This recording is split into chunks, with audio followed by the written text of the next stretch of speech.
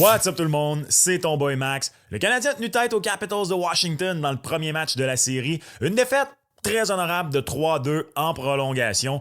Et pour l'entièreté du parcours éliminatoire du Canadien, que ça dure 4, 7 ou qui sait, 20 matchs et plus, ton boy a un nouveau concept pour toi. Donc chaque lendemain de partie, on va y aller de 5 observations sur la rencontre de la veille. Et ce qu'on va faire, on va y aller avec le eye test contre les données. J'ai allé de 5 observations donc que j'ai pris en note durant le match et on va regarder si les statistiques avancées de mon époque nous donnent raison. N'hésite pas, de 1, à laisser en commentaire tes observations sur chaque rencontre du Canadien de Montréal. Ça, c'est 1.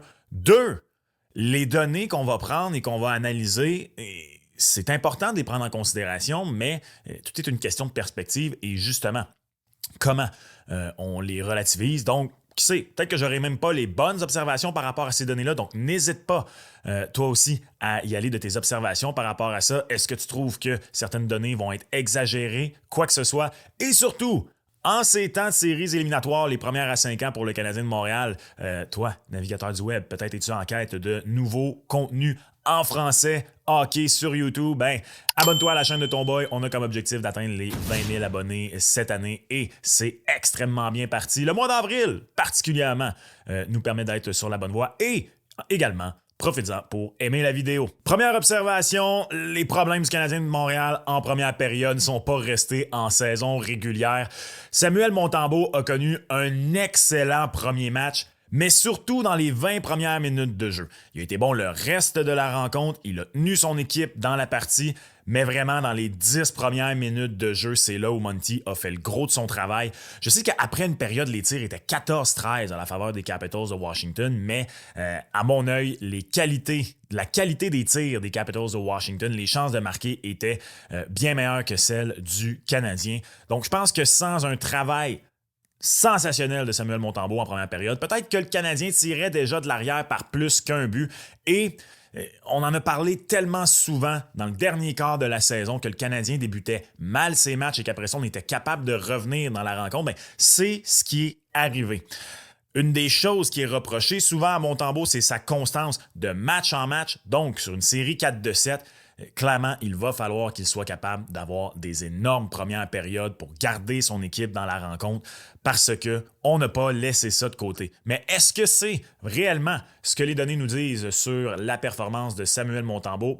On va aller voir. Donc, ce que vous voyez ici, ce sont les buts attendus, selon mon époque, au fil de la rencontre. Donc, à l'horizontale, ce que vous voyez, c'est le fil de la rencontre et à la verticale, ce sont les buts attendus. Et effectivement, là, vous le voyez, ça ici, à la gauche de cette ligne rouge, c'est la première période. Et regardez, effectivement, après 10 minutes de jeu, là, un 1-0 Washington et même un 2-0,5 buts attendus en première période à la faveur des Capitals de Washington. Donc, effectivement, c'est ce que semblent refléter les données que malgré le volume de tirs du Canadien qui a été intéressant dans la première période, je vous rappelle, 14-13 les tirs au but en première à la faveur des Capitals, la qualité des chances de marquer des Caps a été largement supérieure. Et regardez ça. Donc, pour l'entièreté de la rencontre, 3,68 buts attendus à 3,66 à la faveur des Caps. Donc, presque la moitié des buts attendus des Capitals de Washington sont survenus en première période, même qu'après ça, en deuxième, on a monté ça à 3 buts attendus. Et là, vraiment, en troisième période, le Canadien a été capable de fermer le jeu. Il faut dire aussi que les Caps jouaient avec une avance de 2 buts. Je dis que le Canadien a fermé le jeu, mais en réalité, les Caps jouaient avec une avance de 2 buts. Donc, on a probablement été un peu plus prudent. Et soyons honnêtes, on va en parler dans quelques instants, là, mais les Capitals de Washington, de ce qu'ils ont vu dans les 40 premières minutes de jeu, c'est juste, entre guillemets, une avance de 2 buts. Mais il y a un peu raison de pas pleinement respecter l'attaque du Canadien de Montréal dans ce match-là. C'est un peu comme au foot américain. Quand tu respectes pas le jeu au sol, c'est pas mal plus facile là, de dropper en dime puis de dropper en prevent. Je suis vraiment désolé si vous n'avez pas du jargon de football américain. Là, c'est quand tu te concentres à arrêter le jeu aérien parce que tu es convaincu que l'équipe adverse ne va pas faire quoi que ce soit avec son jeu au sol. Donc, effectivement, la performance de Samuel Montembeault en première période, ça a été un énorme facteur clé. Dans les 40 premières minutes de jeu, en fait, pour garder ça là, à 2 buts, alors que ça aurait pu être au moins un bon 3-0 Capitals de Washington après 40 minutes. Un peu surpris, pareil, qu'au total, on arrive à 3,68 buts attendus contre 3,66 buts attendus à la faveur des Capitals de Washington. J'aurais cru que dans l'ensemble de la partie, peut-être que les Capitals de Washington auraient conclu la partie à, je sais pas moi, quelque part entre 4,5 buts attendus, 5, et le Canadien peut-être entre 3,5, 4. Donc, c'est donc dire qu'on donne plus de buts sauvés dans la rencontre à Logan Thompson qu'à Samuel Montembeault, 0,68 pour Monty, 1,66 pour Logan Thompson. Donc, dire que le gardien des Capitals, même s'il a donné 2 buts, que le Canadien est revenu dans la rencontre, on lui donne quand même une bonne partie des succès de l'équipe dans la victoire. La deuxième observation est un peu similaire. Je vous parlais de la qualité des chances de marquer du Canadien, particulièrement en première période, qui n'était pas à égalité, rivalisait pas avec les Capitals de Washington. J'ai envoyé un texto, pour vrai, pas de blague, à mes amis pendant le match en disant « J'ai hâte de voir la carte de chaleur, la heat map des tirs du Canadien. J'ai l'impression qu'à peu près tout vient de la périphérie. On n'est pas capable de pénétrer l'enclave, d'aller proche du gardien de Logan Thompson et de le déranger. » Je sais que pour plusieurs d'entre vous, le Canadien s'est fait complètement dominer physiquement par les Capitals de Washington. Et dans les 40 premières minutes de jeu, ça a été vrai. Je suis pas prêt personnellement à dire qu'il faut embarquer Arber Xhekaj dans le match numéro 2 pour contrebalancer ça, strictement parce que je trouve que le Canadien a bien fait, c'est bien défendu. C'est pas le laisser intimider sur l'entièreté de la rencontre. Je dis pas qu'il va pas falloir insérer Xhekaj à un moment ou à un autre de la série. J'ai l'impression que pour le match numéro 2, peut-être la sécurité, la simplicité du jeu de Jayden Struble, parce qu'on s'entend que ce serait probablement Jayden Struble qui sortirait de l'alignement. Je le préfère encore pour un match numéro 2 à ce que peut-être Arber Xhekaj peut t'amener comme facteur intimidation. Tu sais, Xhekaj intimide beaucoup au point.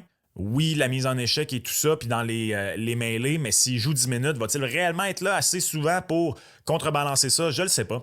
Mais là où je suis d'accord, c'est que le facteur intimidation des Capitals de Washington, où il est vraiment venu jouer un rôle dans la rencontre, c'est en zone défensive. Donc, le fait que le Canadien n'a pas été en mesure de se rendre au filet, sauf le trio Suzuki, Slavkovsky, Caulfield. Le premier but, OK, c'est un avantage numérique, c'est un peu différent, mais Cole Caulfield n'a pas fait un de ses plus beaux snipes à vie. Il a récupéré un retour de lancer. Même chose pour le but de Nick Suzuki. Donc, le premier trio l'a fait.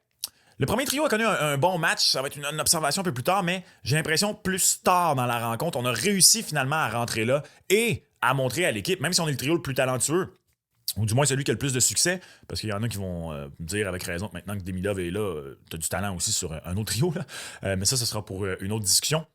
Bref, je pense que le premier trio est le seul à s'être rendu tout près du filet de Logan Thompson. Et ben là, voilà maintenant la carte de chaleur, la heat map des tirs des deux formations. Donc ici à gauche, ce sont les tirs du Canadien de Montréal et à droite, les Caps de Washington. Ben oui, regardez. Regardez le volume de tirs des Capitals de Washington, tout près de Samuel Montembeault. La quantité, le Canadien a de la qualité, là, je veux dire, regardez la grosseur des cercles. Plus le cercle est gros, plus c'est une chance de qualité de c'est une chance de marquer de qualité. Donc on a eu la qualité, mais regardez, 1, 2, 3, 4, 5. Oups, un petit sixième ici. Donc, dans le bas de l'enclave, là, si vous faites votre enclave ici, dans le bas de l'enclave, on parle de 6 tirs. Et là, regardez les Capitals de Washington. Là, vite comme ça, là, 1, 2, 3, 4, 5, 6, 7, 8, 9, 10, 11, 12, 13, 14. Le double, plus du double de tirs du bas de l'enclave. Après ça, lorsqu'on inclut l'enclave au grand complet, ben ça ici... j'allais dire, ouais, c'est le but de Nick Suzuki. Il est parti d'ici comme ça, puis il est rentré. Ouais, ça, c'est le but de Nick Suzuki. Ouais, ben en fait, les cercles les plus foncés, ce sont les buts. Donc, les deux buts du Canadien sont ces deux-là. Je suis allé voir là, tout juste avant la vidéo là, parce que si je cliquais sur la heatmap, comme vous voyez, là, je pense pas que vous allez bien voir. Donc, ici, vous le voyez, là, ça, c'est le but de Cole Caulfield. Ça, ici, ça va être le but de Nick Suzuki. On voit quand même. Je vais essayer donc de cliquer pour vous montrer, mais sur ces 6 tirs ici, du bas de l'enclave, 4 sont effectivement venus du trio Suzuki, Slavkovsky, Caulfield. Ici, il y en a un des deux qui est un type, une déviation de Yoel Armia. Bon, voilà, c'est celle-là. Et sinon, il y a un tir de Brendan Gallagher également, voilà, ici, là, à bout portant, avec peu d'angle sur Logan Thompson. Sinon, tous les autres, c'est du Caulfield, Suzuki, Slavkovsky. Et si on va chercher l'enclave en entier maintenant, ben, il y a un tir de Mike Matheson juste ici. Il y a encore une fois Un tir de Brandon Gallagher. Si je me trompe pas, là, quelque part ici, savez-vous, ça c'est Nick Suzuki. Fait que je suis même pas certain si finalement il y avait un tir de Brandon Gallagher. Mais bref, si on ajoute tout le reste de l'enclave, on arrive à une dizaine de lancers. Et encore une fois, à part ce tir de Mike Madison, qui a obtenu ces tirs de l'entièreté de l'enclave? Le trio Slavkovski, Caulfield, Suzuki. Les autres trios du Canadien de Montréal ont eu beaucoup de difficultés à se rendre dans l'enclave et à aller chercher des chances de qualité, contrairement aux Capitals de Washington qui ont réussi à venir bourdonner aux alentours de Samuel Montembeault. Donc, dans le match numéro 2, va falloir que le reste des trios de l'équipe prennent exemple sur celui du capitaine Nick Suzuki qui, lui, a réussi à pénétrer et à aller dans l'enclave. Et c'est pas une mauvaise chose. C'est pas une mauvaise chose parce que j'aime le fait que le premier trio ait été celui qui a été en mesure de faire ça. Et justement, ça m'amène en fait à ma troisième observation. La raison pour laquelle le Canadien de Montréal a été dans ce match, mis à part la prestation de Samuel Montembeault dans les 10 premières minutes de la rencontre, c'est que le premier trio est Lane Hutson, donc tes meilleurs joueurs, et ajouté à ça honnêtement Alexandre Carrier, à mon avis, j'ai hâte d'aller voir si peut-être il y a quelques chiffres là-dessus qui donnent raison ou non, ont été excellents.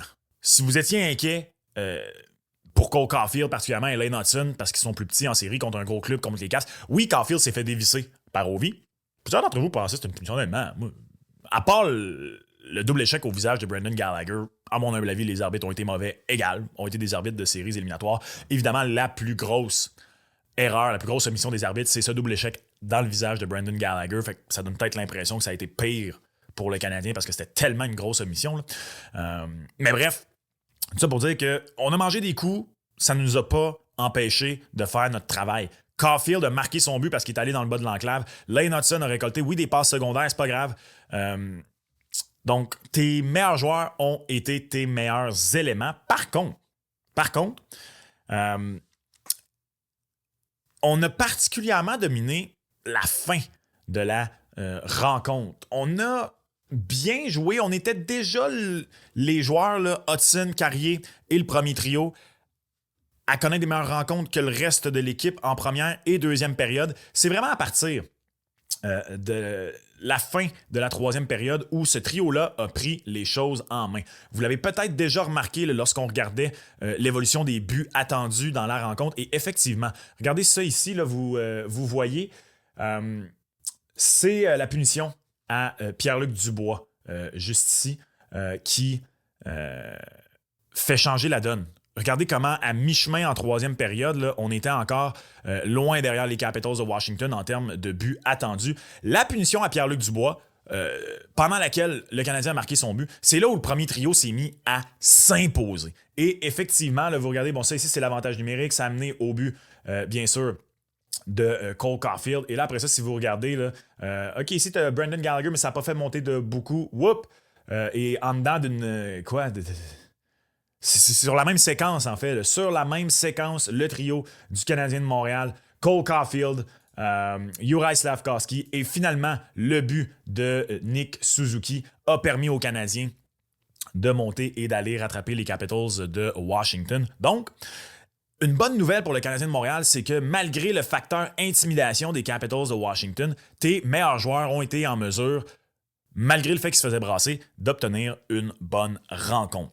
La quatrième observation, en fait, je viens déjà un peu d'en parler, c'est que ces gars-là ont connu un bon match, particulièrement dans les 10 dernières minutes de jeu. Ils ont été en mesure d'élever leur jeu d'un cran au fil de la rencontre. Je sais pas pour vous, personnellement, j'avais absolument aucune inquiétude pour Nick Suzuki, qui, en 2021, avait été le meilleur marqueur du Canadien de Montréal dans le parcours qui avait amené l'équipe à la finale de la Coupe Stanley. J'ai fait une vidéo récemment sur Suzuki que vous pouvez aller écouter sur ma chaîne, dans laquelle je parle du fait que le capitaine a un historique d'élever son jeu quand ça compte, particulièrement avec le Storm de Guelph dans la Ligue de l'Ontario à sa dernière année junior, où il a traîné une équipe pas du tout parmi les favorites jusqu'à la Coupe Memorial. Donc, je n'étais pas inquiet pour Nick Suzuki. Je n'étais pas inquiet non plus pour Caulfield. J'avais été impressionné par ce qu'il avait fait en 2021, alors qu'il venait tout juste de s'amener dans la Ligue nationale de hockey. Hudson, on le savait pas, ça allait être intéressant de voir. Slavkovski, même chose. Malgré son gros gabarit, que ça peut être une série un peu plus sur mesure pour lui, on ne sait pas encore qu'est-ce que ça va donner, Juraj Slavkovski. Il n'a pas récolté de points. Je vais être très agréablement surpris si un jour Juraj Slafkovský devient une locomotive dans la Ligue nationale de hockey. C'est pas une flèche que j'y lance. Je pense pas que ça fait de lui un flop ou quoi que ce soit. Je pense que Juraj Slafkovský a son rôle. J'aimerais qu'il soit par moments un peu plus incisif. Je pense qu'il va apprendre à se développer et à encore plus prendre sa place dans ce genre de rencontre-là. Mais il a somme toute fait son travail. Sur les 2 buts, il est allé au-devant du filet. C'est Caulfield qui récupère la rondelle et qui la met dedans sur le premier. Mais Slafkovský, juste là à côté de lui, réussit un peu à box-out un défenseur pour permettre le tir de Cole Caulfield. Sur le deuxième, c'est lui qui est en train de foutre le trouble devant Logan Thompson. Donc, même si ça n'a pas paru au pointage, je pense que Juraj Slafkovský peut s'inscrire dans les joueurs qui ont connu une bonne rencontre et surtout qui ont élevé leur jeu d'un cran alors que l'équipe tirait de l'arrière 2-0 en 3e période. Donc,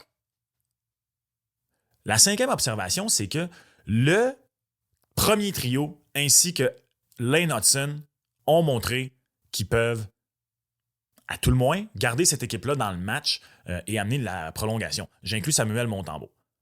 Personnellement, j'avais une victoire des Capitals de Washington en 5 matchs. Pourquoi? C'est pas que je pense que le Canadien va se faire démolir match après match. Non, je pense qu'il y a des séries, il y a des balayages et des séries qui se terminent en 5 matchs qui, dans les rencontres en tant que telles, sont serrées. Même si au score final, tu regardes ça, une victoire en 4, une victoire en 5, tu dis ça n'a pas été serré cette série-là.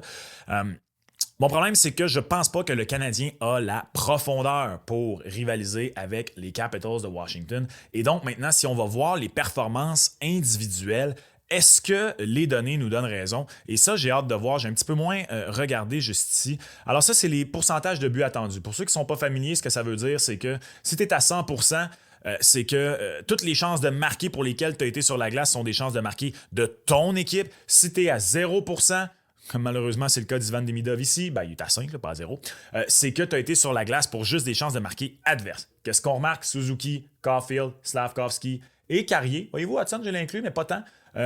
Eux ont vraiment généré en étant sur la glace à 5 contre 5 strictement. Là, ici, c'est peut-être pour ça que Hudson est plus bas. Ont vraiment été sur la glace pour élever le Canadien. Qu'est-ce que vous remarquez? Je vous parlais de profondeur. Regardez les Capitals ici, comment tu as une belle panoplie de joueurs là, qui sont tous dans un bloc, alors que le Canadien, tu as quelques gars qui ont tiré, puis là, après ça, on descend. C'est à 5 contre 5, par contre. Si on regarde toutes les situations, ça a juste élevé un petit peu certains joueurs. Et effectivement, ça a ramené Hudson avec Alexandre Carrier, Suzuki, Slafkovský. C'est vraiment ces 5 joueurs-là, plus Samuel Montembeault, qui ont connu une bonne rencontre pour le Canadien de Montréal dans le match numéro 1. Va falloir que Ivan Demidov et Newhook et Patrick Laine, vous l'aviez vu, il était plus bas à toute situation. C'est l'avantage numérique, bien sûr, qui l'a ramené ici, plus dans le peloton. Je suis surpris de voir Gallagher, Dvorak et Anderson aussi bas, pour être honnête avec vous. Ça, c'est toute situation. Par contre, il faut dire que, particulièrement dans le cas de Dvorak et Anderson, on joue du désavantage numérique. Si on met ça à 5 contre 5, ben non, regardez, ils sont bas. Anderson bas comme ça, je suis surpris. J'aurais inclus Anderson là, dans la catégorie de joueurs qui a connu bon match, parce qu'à part de ça, je trouve pas que personne a mal joué dans le match numéro 1 pour le Canadien de Montréal.